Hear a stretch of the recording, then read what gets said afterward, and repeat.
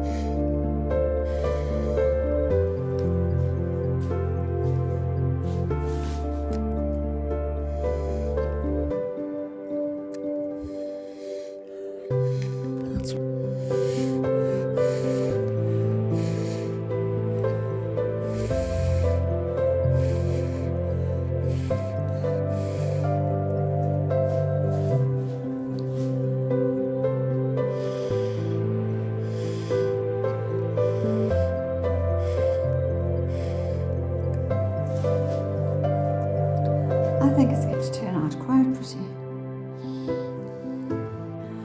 Well, I am lost for words. These colours have dried so exquisitely and such a beautiful combination. This violet gold red. I said before that it was purple gold red, but the label actually is violet gold red. And to me, it's actually maybe a darker version of rose gold, just with a different name, obviously a different translation.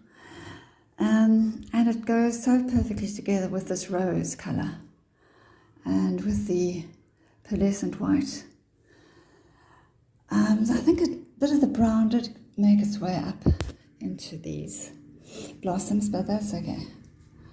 Now I'm going to paint away what I don't like and add in branches and make it into something even more lovely. So the colours have, well, they just are, they've dried so beautifully, and it's just a mixture of paint and water. It's a cheaper brand than what I normally use. It's half the price basically, and yet it's so lovely. And so I'm quite sad to have to paint away some of it, but I have to in order to make it into something meaningful. So I'm just trying to decide where to add this blue. Or what I've decided is I'm going to make these trees on the side into two trees.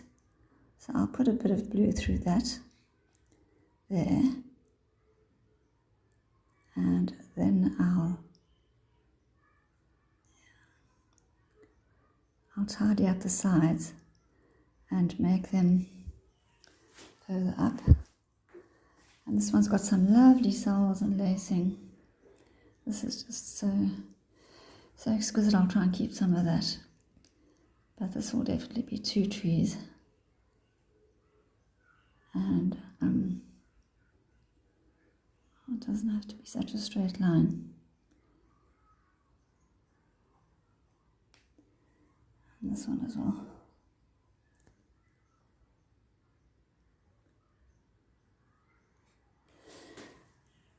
So now to think. I'll try and keep some of this. I definitely can keep that. And that.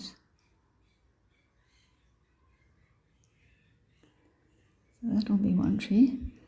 Now, maybe I'll shorten that one, but I'll do that with the green and keep that one a little longer. And this one,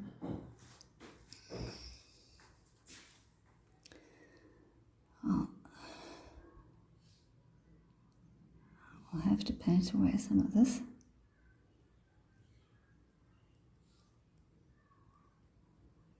And where I can, I'll leave it in the background. If I can't, I just can't.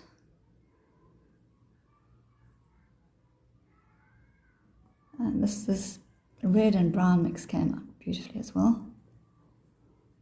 Well, that was a mixture of my other paints, my normal paints.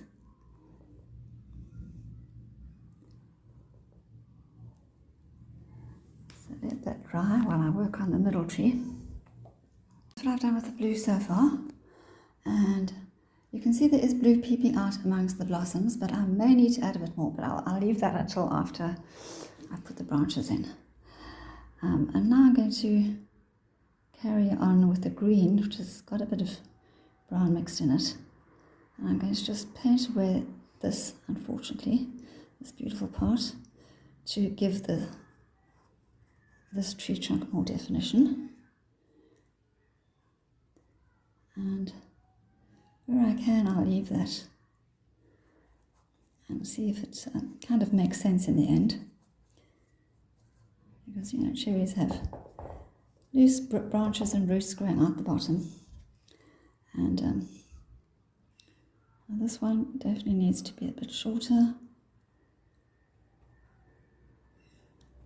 And this one as well needs to be receding further into the background.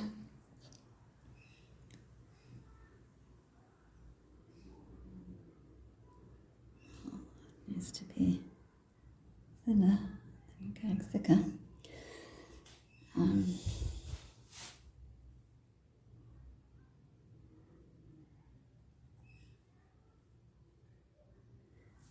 It's not easy to see when the painting is lying flat like this. It might be easier if it was upright, but I'm using the liquid paint, so I can't put it upright now. But with it downwards, it's like a shadow over it.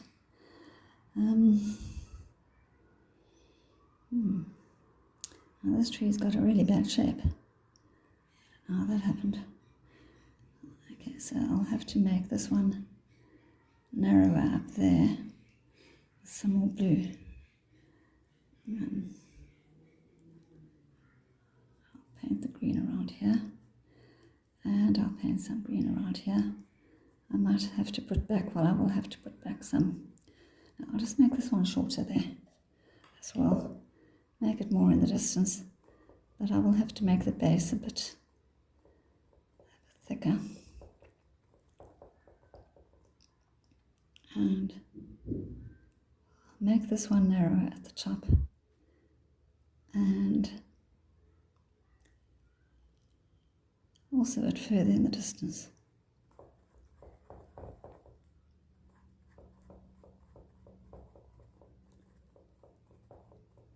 So it will be, well, I'll let these dry first before I add any more of the blue around them. In the meantime, I'm going to go on with the brown, with the branches. So here I'm going to take this brown and make this tree sort of continue up here.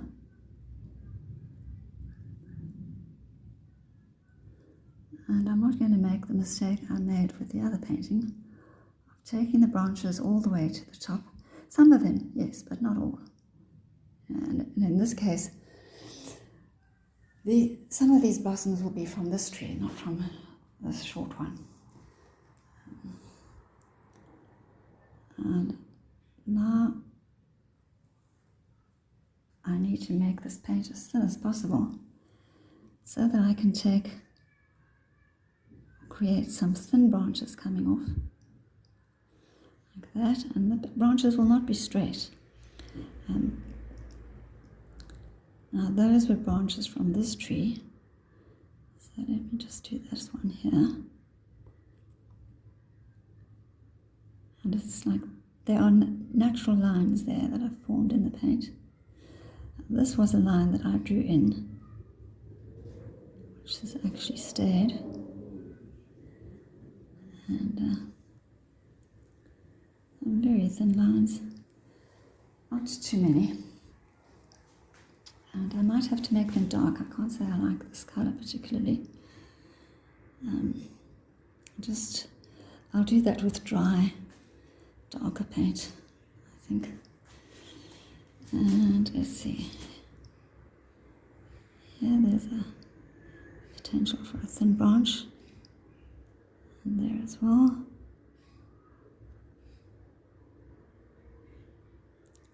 And like I said, the branches won't all be connected. So some of the blossoms are over the branches.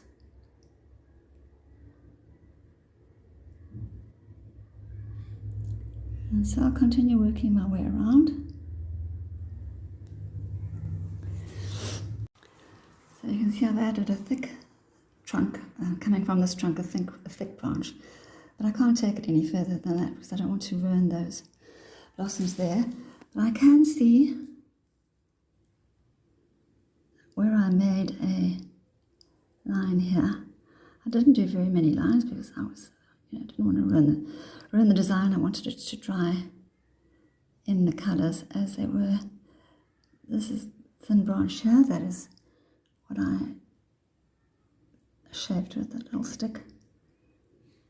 And here, branches going out. So I'm using the side of a flat brush, flat angled brush. And I think that's about enough for this one. And then I'll make other shorter branches that are not connected. Well, you can't see the connections, they're covered by the blossoms further up. And that will have a much more natural effect. So I'm just adjusting the widths of the trees. Like the tree trunk down here was a bit too narrow, and that one as well, but this one is in the distance and I'm not going to make it too much bigger. And here you can see there's a natural line there that I can use as a branch, very thin, and there as well. There as well. And then those will be branches from that tree, the biggest tree. So I need to step away and let it dry and then hold it up so I can actually see where I'm going. And then I need to come back and go over the green again with another layer, and here I need to go over the blue with some green and make those trees nicer. And here I can do this right away. Actually, this is dried now. So in some of the colours I don't have to do over twice. One layer is quite enough. But here I used the branch, and I can make the branch, I can extend it a bit. Yes, not every branch is covered with blossoms. There are some lower branches that are denuded.